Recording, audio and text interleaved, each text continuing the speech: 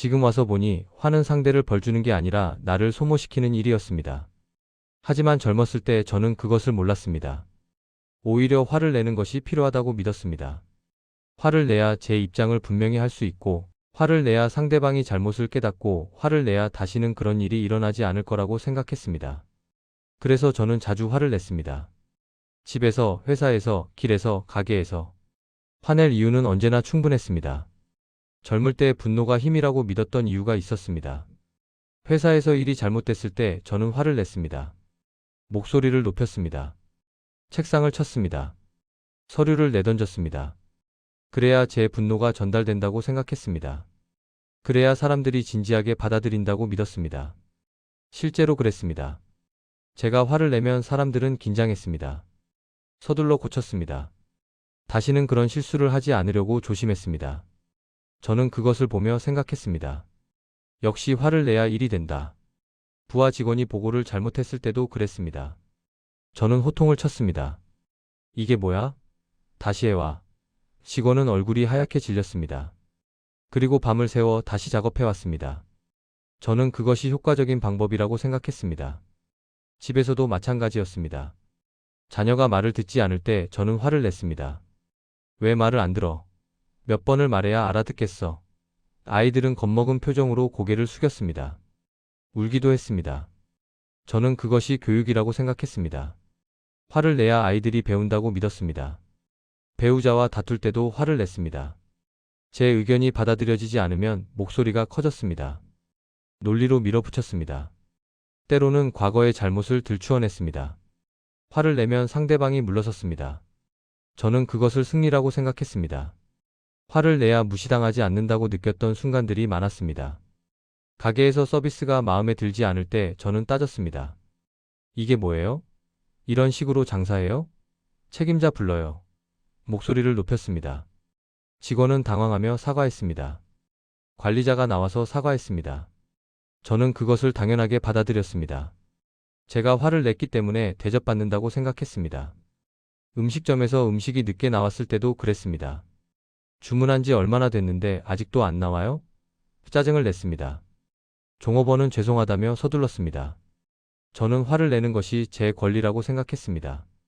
이웃과 의견이 다를 때 저는 강하게 밀어붙였습니다. 그건 아니죠. 이렇게 해야 맞는 겁니다. 상식적으로 생각해 보세요. 목소리를 높이면 상대방은 주춤했습니다. 저는 그것이 제 주장이 옳다는 증거라고 생각했습니다. 주차 문제로 다툴 때도 화를 냈습니다. 여기에 차를 대면 어떡합니까? 좀 생각하고 주차하세요.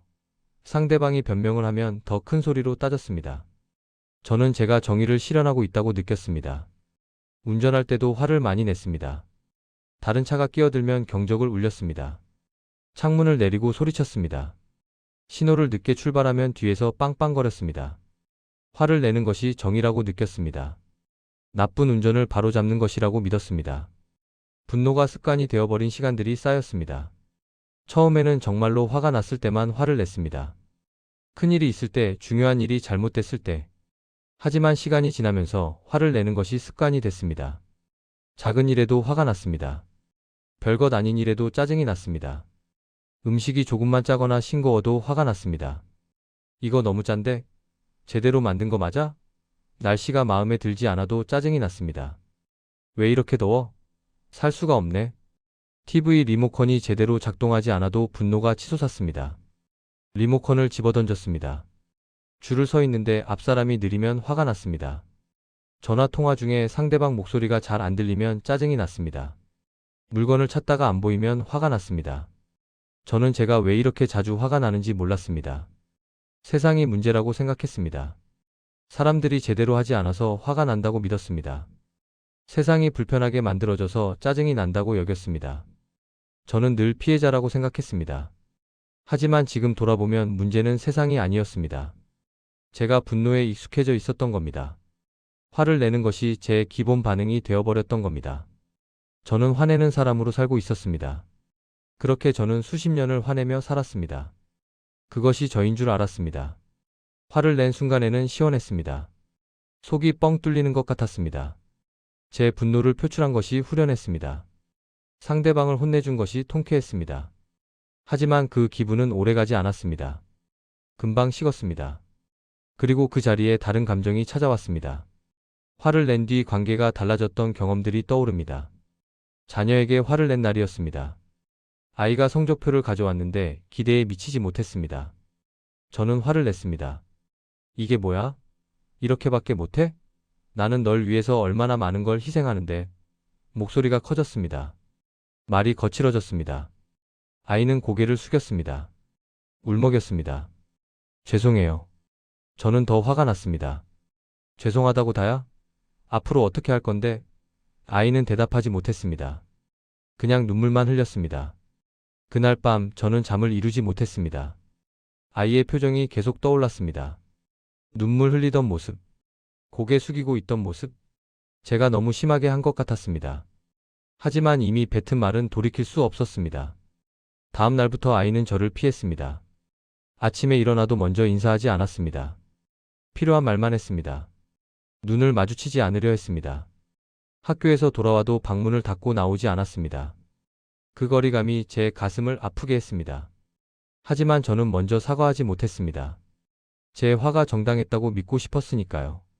아이가 잘못했으니까 화낸 거라고 스스로를 위로했습니다. 몇 년이 지나서야 아이와의 관계가 조금씩 회복됐습니다. 하지만 완전히 예전 같지는 않았습니다. 보이지 않는 벽이 생겼습니다. 아이는 중요한 이야기를 저에게 하지 않았습니다. 고민이 있어도 상의하지 않았습니다. 제 분노가 남긴 상처는 오래갔습니다. 배우자와의 관계도 그랬습니다. 다툴 때마다 저는 화를 냈습니다. 이기려고 했습니다. 제 논리로 상대방을 굴복시키려 했습니다. 과거의 실수를 들추어내며 공격했습니다. 때로는 성공했습니다. 배우자가 알았어, 당신 말대로 할게라고 말했습니다. 하지만 그 승리는 공허했습니다. 배우자의 목소리에 생기가 없었습니다. 그냥 싸움을 끝내려는 것이었습니다. 진심으로 동의한 게 아니었습니다. 이기고 나서도 마음이 편하지 않았던 이유를 이제는 압니다. 저는 논쟁에서 이겼지만 관계에서는 졌습니다. 배우자는 제 말을 따랐지만 마음을 닫았습니다. 표면적으로는 제 의견대로 했지만 진심은 아니었습니다. 억지로 따르는 것이었습니다. 그 후로 분위기가 어색해졌습니다. 대화가 줄었습니다. 각자의 방에서 각자의 시간을 보냈습니다. 함께 있어도 함께가 아니었습니다. 같은 공간에 있지만 마음은 멀었습니다. 저는 이겼지만 외로웠습니다. 승리했지만 행복하지 않았습니다. 직장 동료에게 화를 낸 적도 있습니다. 일을 제대로 하지 못했다고 생각해서 따졌습니다. 이게 뭡니까? 이렇게 대충 하면 어떡합니까? 프로답지 못해요. 회의실에서 여러 사람 앞에서 망신을 줬습니다. 동료는 사과했습니다. 얼굴이 붉어졌습니다. 고쳐왔습니다. 다음부터는 실수하지 않았습니다. 하지만 그 후로 동료는 저를 피했습니다. 꼭 필요한 일만 의논했습니다. 편하게 대하지 않았습니다. 점심을 같이 먹자고 해도 핑계를 댔습니다. 회식 자리에서도 제 옆에 앉지 않았습니다. 개인적인 이야기는 나누지 않았습니다. 저는 일은 제대로 되게 했지만 동료를 잃었습니다. 업무는 개선됐지만 신뢰는 무너졌습니다. 분노가 해결하지 못한 것들을 세어봅니다. 화를 내면 그 순간은 제 뜻대로 됐습니다. 사람들이 제 말을 들었습니다. 제가 원하는 대로 움직였습니다. 하지만 근본적인 문제는 해결되지 않았습니다. 오히려 관계만 나빠졌습니다. 자녀의 성적은 제가 화를 낸다고 해서 오르지 않았습니다. 오히려 아이는 공부에 대한 흥미를 잃었습니다. 제 눈치만 보게 됐습니다. 성적은 떨어지지 않았지만 공부하는 즐거움을 잃었습니다. 그리고 저에 대한 신뢰도 잃었습니다. 배우자와의 의견 차이는 제가 화를 낸다고 해서 사라지지 않았습니다. 오히려 배우자는 더 이상 솔직하게 말하지 않게 됐습니다. 표면적으로만 동의했습니다. 진짜 생각은 숨겼습니다. 우리는 점점 서로를 모르게 됐습니다. 동료의 일 처리 방식은 제가 화를 낸다고 해서 완전히 바뀌지 않았습니다. 오히려 동료는 저를 무서워하게 됐습니다. 능동적으로 일하지 않고 시키는 것만 했습니다. 창의적인 제안을 하지 않았습니다. 실수할까봐 소극적이 됐습니다. 화는 아무것도 해결하지 못했습니다. 오히려 더 많은 문제를 만들었습니다. 겉으로는 개선된 것처럼 보였지만 속으로는 더 악화됐습니다. 그런데도 저는 계속 화를 냈습니다. 왜일까요? 다른 방법을 몰랐기 때문입니다. 로마의 철학자 세네카는 분노에 대해 오랫동안 연구했습니다. 그리고 이렇게 말했다고 합니다. 분노는 잠깐 미쳐 있는 것과 같다. 젊었을 때 저는 이 말을 이해하지 못했습니다. 화내는 것이 미쳤다니. 그건 지나친 표현이라고 생각했습니다. 저는 합리적인 이유로 화를 낸다고 믿었습니다. 하지만 이제는 압니다. 세네카가 옳았다는 것을. 화낼 때 저는 정말 미쳐 있었습니다. 분노는 감정이 아니라 선택이라는 관점을 이제야 이해합니다. 저는 평생 분노를 감정이라고 생각했습니다. 저절로 생기는 것이라고 믿었습니다. 누군가 저를 화나게 만들면 제가 화를 낸다고 생각했습니다. 상황이 제 분노를 만든다고 여겼습니다. 저는 어쩔 수 없다고 자연스러운 반응이라고 믿었습니다. 저 사람이 나를 화나게 만들었어. 이렇게 말했습니다. 제 분노의 책임을 상대방에게 돌렸습니다. 하지만 세네카는 다르게 봤습니다. 분노는 감정이 아니라 선택이라고 했습니다. 누군가 우리를 화나게 만드는 게 아니라 우리가 화내기로 선택하는 거라고 했습니다. 처음에는 이 말이 이해되지 않았습니다. 선택? 제가 선택한 게 아니라 저절로 화가 나는데? 하지만 제 경험을 돌아보니 맞았습니다. 같은 상황에서도 어떤 날은 화가 났고 어떤 날은 화가 나지 않았습니다. 똑같이 차가 끼어들어도 컨디션이 좋은 날은 그냥 넘어갔습니다. 급한가 보네. 하지만 피곤한 날은 화가 났습니다. 저 사람이 뭔데 끼어들어? 상황이 제 분노를 만든 게 아니었습니다. 제가 그 상황을 어떻게 받아들이느냐에 따라 분노가 생기거나 생기지 않았습니다. 제 해석이, 제 선택이 분노를 만들었습니다. 며칠 전 일입니다. 마트에서 계산을 하는데 직원이 실수를 했습니다. 가격을 잘못 쳤습니다. 예전 같았으면 화를 냈을 것입니다. 확인도 안 하고 뭐 하는 거예요?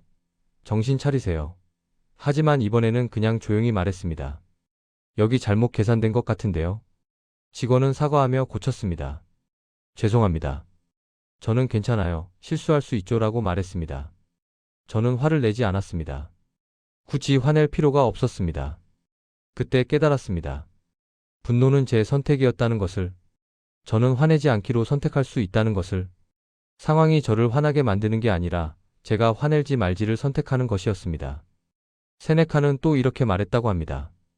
분노는 독을 마시고 상대방이 죽기를 바라는 것과 같다. 이 말이 제 가슴에 박혔습니다. 정확한 표현이었습니다. 제가 화를 낼 때 가장 고통스러운 사람은 누구였을까요? 상대방이 아니었습니다. 저였습니다. 화를 내면 제 심장이 빨리 뛰었습니다. 혈압이 올랐습니다. 얼굴이 붉어졌습니다. 목에 핏대가 섰습니다. 손이 떨렸습니다. 머리가 아팠습니다. 소화가 안 됐습니다. 잠을 못 잤습니다. 상대방은 어땠을까요? 처음에는 당황했지만 곧 잊어버렸습니다. 자기 일상으로 돌아갔습니다. 하지만 저는 몇 시간, 며칠, 때로는 몇 년을 그 분노를 안고 살았습니다. 계속 곱씹었습니다. 계속 화를 냈습니다. 그 사람이 그렇게 말했어. 그때 그 표정을 봤어야 하는데 혼자 중얼거리며 다시 화를 냈습니다. 이미 지나간 일인데도 계속 반복했습니다. 저는 화를 내면서 제 건강을 해쳤습니다. 제 관계를 망쳤습니다. 제 평온을 잃었습니다. 제 시간을 낭비했습니다. 독을 마신 사람은 상대방이 아니라 저였습니다. 세네카의 지혜를 이제야 이해합니다. 분노는 저를 보호하는 게 아니라 저를 해치는 것이었습니다. 제가 생각했던 것과 정반대였습니다. 60 중반쯤부터 저는 화를 덜 내기 시작했습니다. 처음에는 의식적으로 참았습니다. 화가 치밀어 올라도 한 번 더 생각했습니다. 굳이 화낼 필요가 있나? 그리고 참았습니다. 하지만 시간이 지나면서 참는 게 아니게 됐습니다. 굳이 화낼 필요가 없어졌습니다. 말수가 줄어든 변화가 있었습니다. 예전에는 화가 나면 많이 말했습니다. 제 분노를 길게 설명했습니다. 왜 화가 났는지, 상대방이 뭘 잘못했는지, 어떻게 해야 하는지. 말이 많았습니다. 하지만 이제는 말이 적습니다. 굳이 설명하지 않습니다. 상대방을 바꾸려 하지 않습니다. 그냥 제 방식으로 살면 됩니다. 이웃과 의견이 다를 때 예전 같았으면 길게 설명하며 제 의견을 관철시키려 했을 것입니다. 하지만 이제는 그냥 짧게 말합니다. 그럴 수도 있겠네요. 저는 이렇게 생각하지만요. 그리고 넘어갑니다. 화를 내지 않으니까 말이 줄었습니다. 말이 줄어드니까 관계가 편해졌습니다. 관계가 부드러워진 순간들이 늘어났습니다. 손주가 말을 안 들을 때가 있습니다. 예전 같았으면 화를 냈을 것입니다. 할아버지 말 들어야지. 하지만 이제는 화를 내지 않습니다. 그냥 지켜봅니다. 아이는 아이입니다.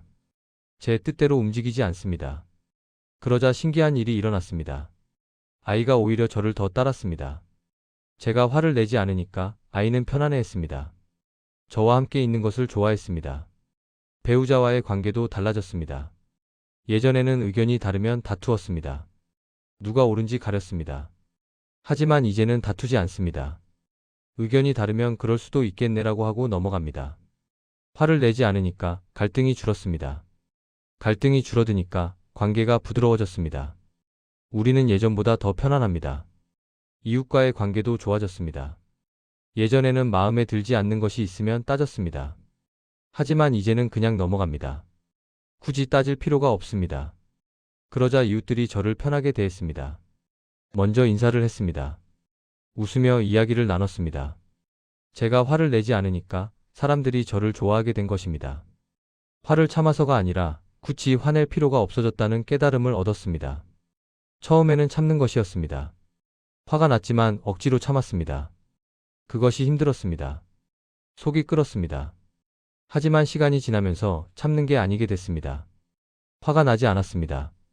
같은 상황인데도 예전처럼 화가 치밀지 않았습니다. 왜일까요? 제 관점이 바뀌었기 때문입니다. 예전에는 모든 것을 제 기준으로 봤습니다. 제 생각이 옳고 다른 것은 틀렸습니다. 그래서 다른 것을 만나면 화가 났습니다. 하지만 이제는 압니다. 제 기준이 절대적이지 않다는 것을, 다른 사람은 다른 기준을 가질 수 있다는 것을, 다름이 틀림이 아니라는 것을, 그러니 화낼 이유가 없습니다. 다를 뿐입니다. 다른 것은 자연스러운 것입니다. 운전할 때도 그렇습니다. 예전에는 다른 차가 끼어들면 화가 났습니다. 저 사람이 뭔데 끼어들어? 하지만 이제는 화가 나지 않습니다. 급한가 보네. 그리고 길을 내줍니다. 상대방이 바뀐 게 아닙니다. 제가 바뀐 것입니다. 젊었을 때 저는 화를 내는 사람이 강한 사람이라고 생각했습니다. 화를 내야 무시당하지 않는다고 믿었습니다. 하지만 지금은 압니다. 정반대였다는 것을. 화내지 않는 사람이 결국 가장 강합니다. 분노를 내려놓으며 생긴 평온이 제 삶을 바꿨습니다. 예전에는 하루가 늘 긴장되어 있었습니다. 언제 화날 일이 생길지 몰랐으니까요. 저는 늘 경계했습니다. 누가 저를 화나게 할까? 무엇이 제 기분을 상하게 할까? 하지만 이제는 평온합니다. 무슨 일이 생겨도 저는 흔들리지 않습니다. 화낼 일이 별로 없으니까요. 아침에 일어나면 마음이 편안합니다. 오늘 무슨 일이 일어날지 모르지만 괜찮습니다. 저는 화내지 않을 것입니다. 그것만으로도 하루가 평온합니다. 저녁에 잠들 때도 마음이 편합니다. 오늘 화내지 않았습니다. 누구와도 다투지 않았습니다. 평온한 하루였습니다. 이 평온이 제게 힘을 줍니다. 화를 낼 때보다 화내지 않을 때 저는 더 강합니다. 화내지 않는 태도가 남겨준 존중도 있습니다. 예전에 저는 화를 내서 존중받으려 했습니다. 큰 소리로, 강한 말로, 분노로. 사람들이 저를 두려워하면 그것이 존중이라고 생각했습니다. 하지만 아니었습니다. 두려움은 존중이 아니었습니다. 이제 사람들은 저를 진짜로 존중합니다. 화를 내지 않으니까요. 조용하지만 단단하니까요. 부드럽지만 흔들리지 않으니까요. 손주들이 저를 좋아합니다. 할아버지는 화를 내지 않으니까요. 할아버지와 있으면 편안하니까요. 그것이 진짜 존중입니다. 배우자도 저를 존중합니다. 예전에는 저를 무서워했을 것입니다. 하지만 이제는 존중합니다. 제가 화를 내지 않으니까 배우자는 저를 신뢰합니다. 이웃들도 저를 존경합니다. 저 어르신은 참 온화하셔라고 말합니다. 화를 내지 않는 태도가 존경을 만들었습니다. 세네카는 이렇게도 말했다고 합니다. 최고의 복수는 상대방처럼 되지 않는 것이다. 저는 이제 이 말을 이해합니다. 누군가 저를 화나게 하려 해도 저는 화내지 않습니다. 그것이 제 복수입니다. 아니, 복수가 아닙니다. 제 자유입니다. 저는 더 이상 남의 행동에 제 감정을 맡기지 않습니다. 누가 뭘 하든 저는 제 평온을 지킵니다. 그것이 제 힘입니다. 지금부터라도 늦지 않았다는 것을 말하고 싶습니다. 혹시 아직도 화를 자주 내시나요? 작은 일에도 짜증이 나시나요? 괜찮습니다. 저도 그랬으니까요. 60이 넘어서야 바뀌기 시작했으니까요. 지금부터라도 시작하면 됩니다. 오늘부터 화낼 뻔한 순간에 한 번만 참아보세요. 굳이 화낼 필요가 있나? 하고 물어보세요. 처음에는 어렵습니다. 하지만 조금씩 쉬워집니다. 화내지 않는 것이 습관이 됩니다. 그러면 인생이 달라집니다. 오늘도 하루가 지나갑니다. 저녁 무렵 배우자와 산책을 나갔습니다. 걸으면서 오늘 하루를 떠올렸습니다. 화낼 뻔한 순간이 몇 번 있었습니다. 마트에서 계산이 느렸습니다. 예전 같았으면 짜증을 냈을 것입니다. 하지만 오늘은 그냥 기다렸습니다. 급할 것도 없었습니다. 이웃이 제 의견에 반대했습니다. 예전 같았으면 따졌을 것입니다. 하지만 오늘은 그냥 그럴 수도 있겠네요 라고 했습니다. 굳이 이길 필요가 없었습니다. 집에 돌아와서 배우자가 말했습니다. 요즘 당신 많이 편안해 보여. 저는 웃었습니다. 나이가 들어서 그런가 봐. 이제는 굳이 화낼 필요가 없더라고. 배우자도 웃었습니다. 우리는 손을 잡고 걸었습니다.